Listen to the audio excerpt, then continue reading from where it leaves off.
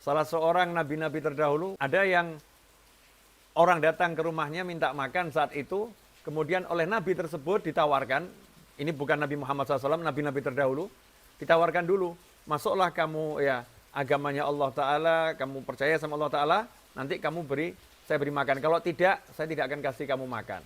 Maka orang tadi pergi, karena dia nggak mau mengikuti ajaran nabi tersebut. Orang tadi pergi. Saat orang tadi pergi, maka Allah Ta'ala menegur nabi itu. Ya, Allah menegur sang nabi dan berkata kepadanya, sekian puluh tahun ia ingkar kepadaku, sekian puluh tahun ia tidak percaya kepadaku, sedikit pun aku tidak pernah ya menghalangi rezekinya, sedikit pun aku tidak pernah memberikan makanan kepadanya, aku terus berikan makanan, berikan rezekiku kepadanya. Kenapa baru sekali dia datang kepadamu dan engkau menolak hanya karena alasan dia nggak mau percaya dan iman kepadaku?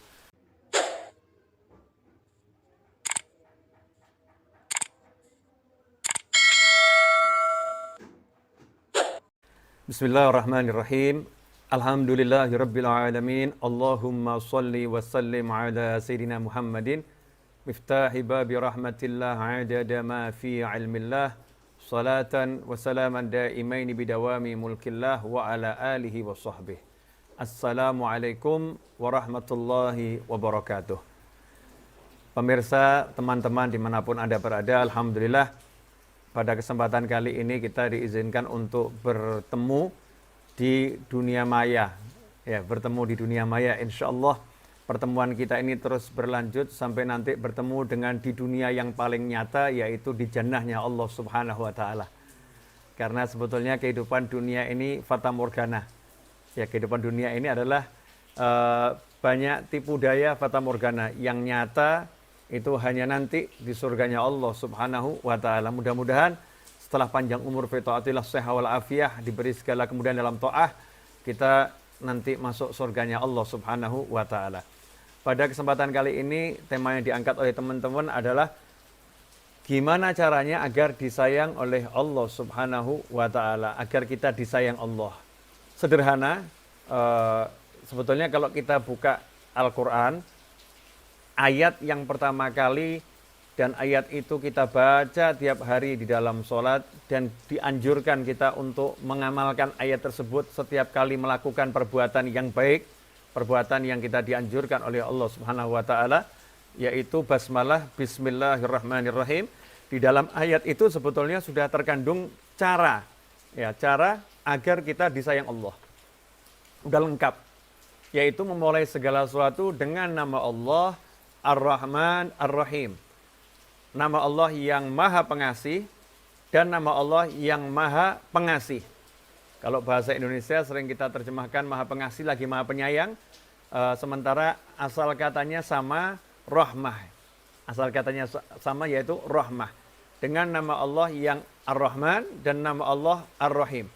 Kita disuruh mulai kehidupan dengan Bismillahirrahmanirrahim.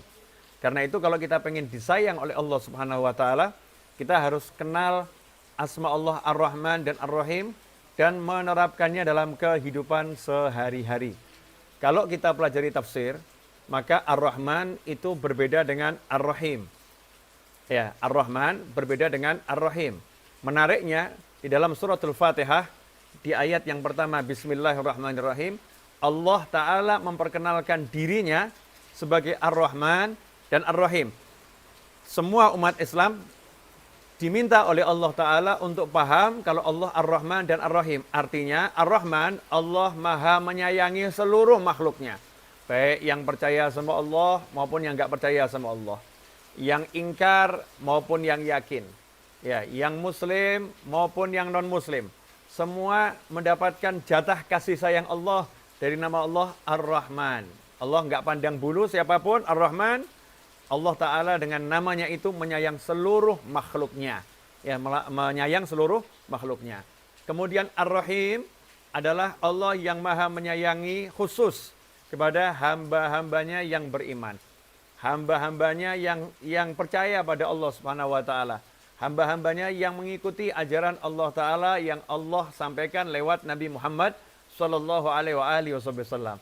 Sehingga kalau kita betul-betul paham Allah sendiri menyayangi seluruh makhluknya dan menyayangi secara khusus manusia-manusia, jin-jin, dan hamba-hamba Allah lain yang percaya sama Allah Ta'ala, maka seyogyanya dalam kehidupan sehari-hari kita pun menjadikan diri kita seperti itu. Diri kita kalau memberikan kasih sayang tidak memandang agama, ya, tidak memandang ras, ya, suku, bangsa, enggak. Kasih sayang ini kita berikan secara umum kepada seluruh makhluknya Allah Subhanahu wa Ta'ala. Kalau ada orang yang kelaparan, jangan ditanya agamamu apa. Kalau ada orang yang kelaparan, jangan ditanya, ya, kamu percaya enggak sama Allah Subhanahu wa Ta'ala? Jangan ditanya. Orang kelaparan butuh makan, kasih makan. Salah seorang nabi-nabi terdahulu, kalau saya enggak salah ingat, Nabi Ibrahim atau yang lain, karena saya lagi enggak ingat betul namanya siapa, nabi-nabi yang terdahulu, ada yang orang datang ke rumahnya minta makan saat itu, kemudian oleh nabi tersebut ditawarkan, ini bukan Nabi Muhammad SAW, nabi-nabi terdahulu, ditawarkan dulu, masuklah kamu, ya, agamanya Allah Ta'ala, kamu percaya sama Allah Ta'ala, nanti saya beri makan. Kalau tidak, saya tidak akan kasih kamu makan. Maka orang tadi pergi, karena dia nggak mau mengikuti ajaran Nabi tersebut. Orang tadi pergi. Saat orang tadi pergi, maka Allah Ta'ala menegur Nabi itu. Ya, Allah menegur sang Nabi dan berkata kepadanya, sekian puluh tahun ia ingkar kepadaku, sekian puluh tahun ia tidak percaya kepadaku, sedikit pun aku tidak pernah, ya, menghalangi rezekinya. Sedikit pun aku tidak pernah memberikan makanan kepadanya. Aku terus berikan makanan, berikan rezekiku kepadanya. Kenapa baru sekali dia datang kepadamu dan engkau menolak hanya karena alasan dia nggak mau percaya dan iman kepadaku. Maka sang Nabi mengejar orang tadi, kemudian mengatakan, silahkan makan. Ya, saya akan siapkan makanan yang enak buat kamu. Maka orang tadi heran. Tadi kamu menawarkan saya harus masuk agamamu dulu, harus percaya sama kamu, baru dikasih makan. Tapi kenapa sekarang kamu mau kasih saya makan? Ya, tanpa syarat apapun. Maka dijawab oleh sang Nabi, Allah Ta'ala menegur saya. Allah katakan, sekian puluh tahun engkau tidak beriman kepadanya, dan Allah tetap memberikan rezekinya, ya, kepadamu. Masa saya boleh datangi sekali aja udah menawarkan macam-macam dengan syarat yang macam-macam, saya ditegur oleh Tuhan saya. Maka orang tadi berkata, Allah Tuhanmu menegur engkau seperti itu? Iya. Maka orang itu pun akhirnya memeluk agama Islam, ya, kemudian beriman kepada Allah Subhanahu wa Ta'ala. Inilah makna Ar-Rahman dan Ar-Rahim. Ar-Rahman, siapapun orangnya kita sayangi, ya, siapapun makhluknya kita sayangi. Kita nggak boleh membeda-bedakan. Saya hanya mau sayang sama manusia, nggak mau sayang sama jin. Saya hanya mau sayang sama manusia, nggak mau sayang sama lingkungan.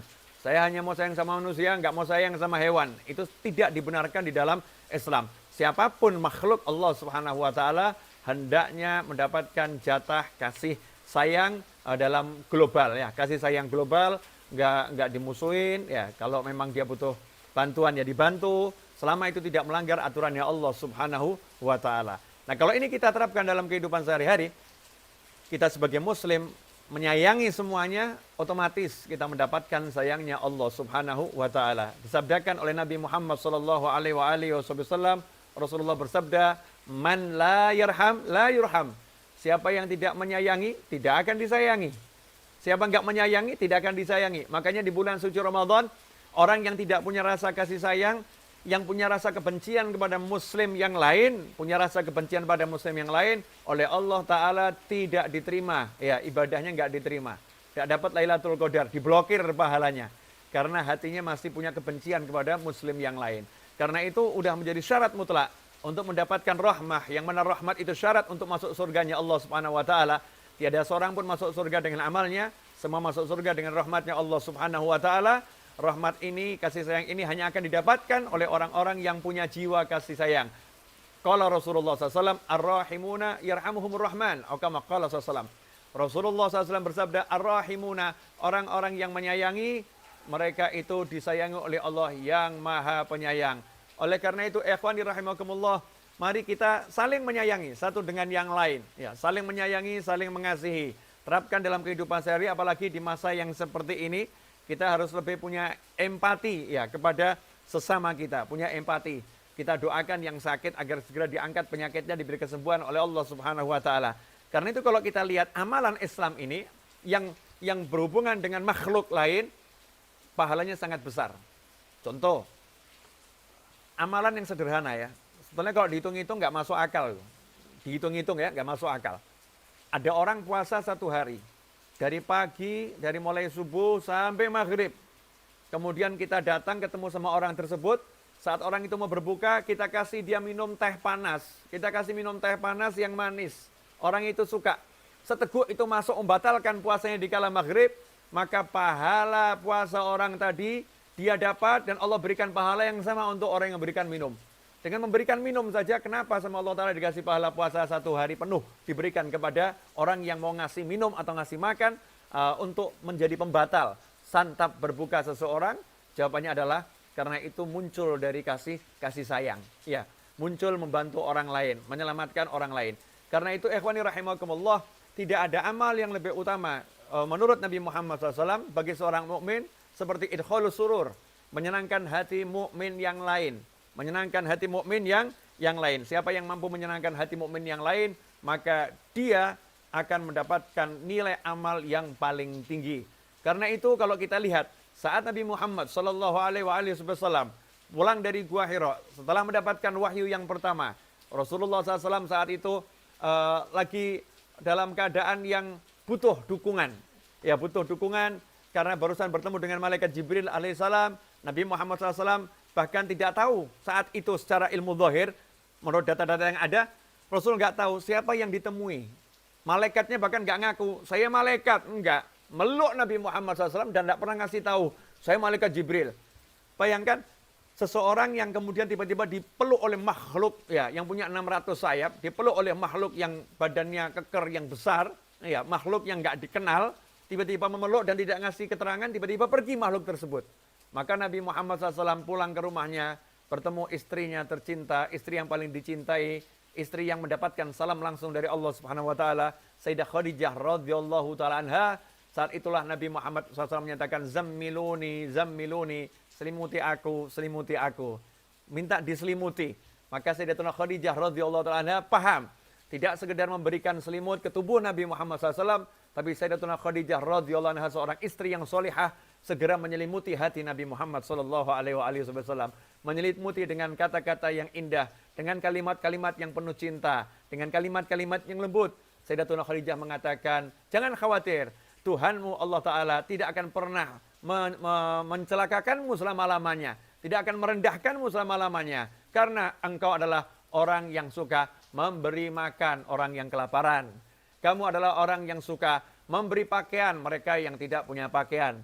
Engkau adalah orang yang suka menyambung hubungan dengan orang-orang yang memutuskan tali silaturahim. Engkau adalah orang yang menyayangi orang lain, makhluk Allah yang lain. Semua yang disebutkan adalah sifat-sifat kemanusiaan. Ya, sifat-sifat kemanusiaan, sosial. Karena itu ya ikhwani rahimakumullah, kalau kita ingin mendapatkan derajat yang tinggi di sisi Allah Subhanahu wa taala, kalau kita ingin disayang oleh Allah Subhanahu wa taala, caranya adalah menjadikan diri kita punya hati yang penuh kasih sayang, dan perbuatan kita perbuatan yang bersifat kasih sayang. Apapun itu, selama tidak melanggar aturannya Allah Subhanahu wa taala, akan menjadi sesuatu yang menyebabkan kita disayang oleh Allah Subhanahu wa taala.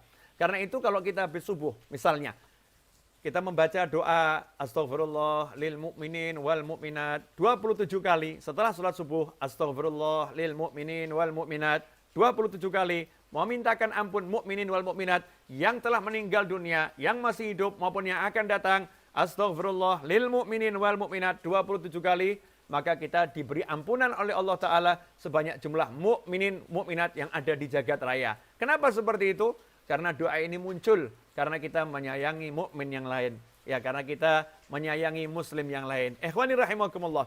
Karena itu semua perbuatan yang bertentangan dengan kasih sayang diganjar, dihukum oleh Allah Ta'ala, dibalas oleh Allah Ta'ala dengan murkanya Allah Subhanahu wa Ta'ala. Contoh, membuka aib.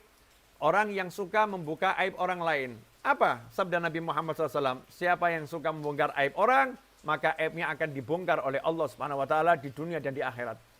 Na'udzubillah min dzalik. Karena membongkar aib ini perbuatan yang tidak punya kasih sayang. Ya, bukan muncul dari jiwa kasih sayang. Karena itu hukumannya berat. Semua perbuatan kepada makhluk Allah yang lain yang tidak dilandasi kasih sayang, maka hukumannya dari Allah Ta'ala berat. Ya, hukumannya dari Allah Ta'ala bahkan seringkali langsung. Ya, hukumannya langsung. Karena itu ikhwani rahimakumullah, perhatikan dalam kehidupan ini, selama ini kita berbuat berandaskan Ar-Rahman Ar-Rahim, atau kita berbuat tidak pakai Bismillahirrahmanirrahim. Ya, kita berbuat dengan ego kita.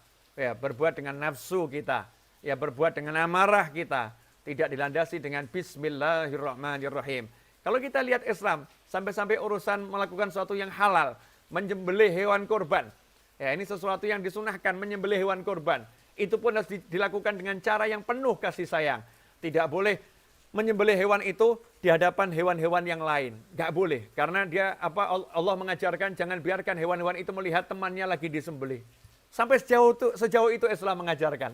Sedetil itu Nabi Muhammad SAW mensyariatkan.